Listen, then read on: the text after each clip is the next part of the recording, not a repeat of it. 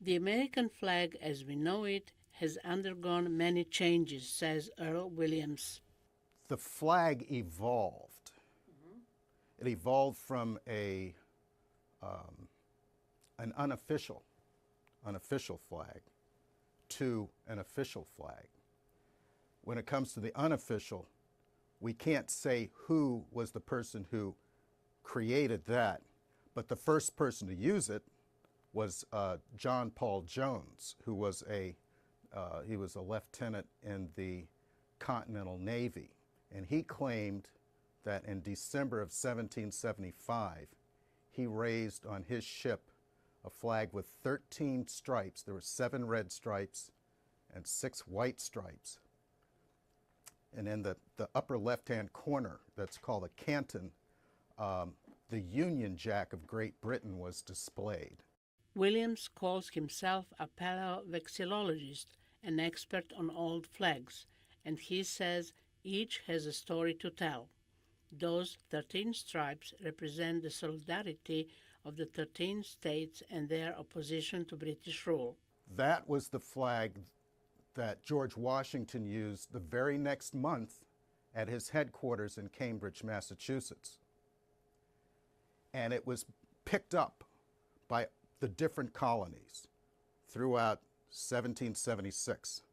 It was the unofficial national flag of independence on July 4, 1776. The first official flag came later and was created by Congressman Francis Hopkinson of New Jersey.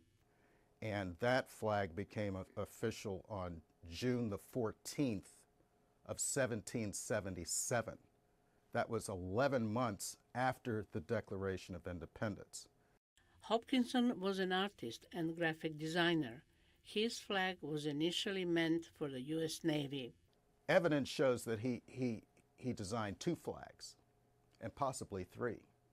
One for America, one for the Navy, and possibly one for the Army Artillery.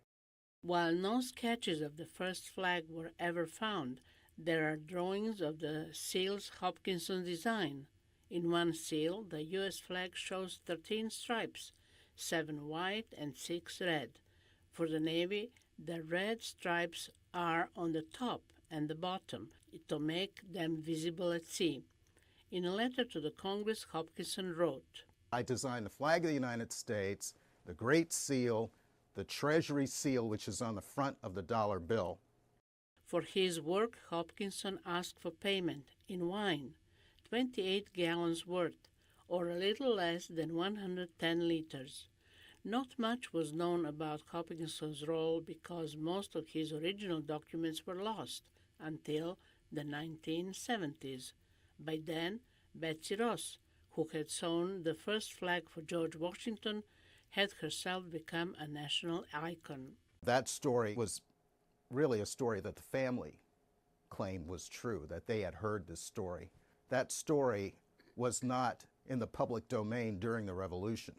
The Betsy Ross story was first told in the 1870s, but few ever really questioned the claim because so little was known about the origins of the real creator of the Stars and Stripes. But now you know. Nicoletta Ilic, VOA News.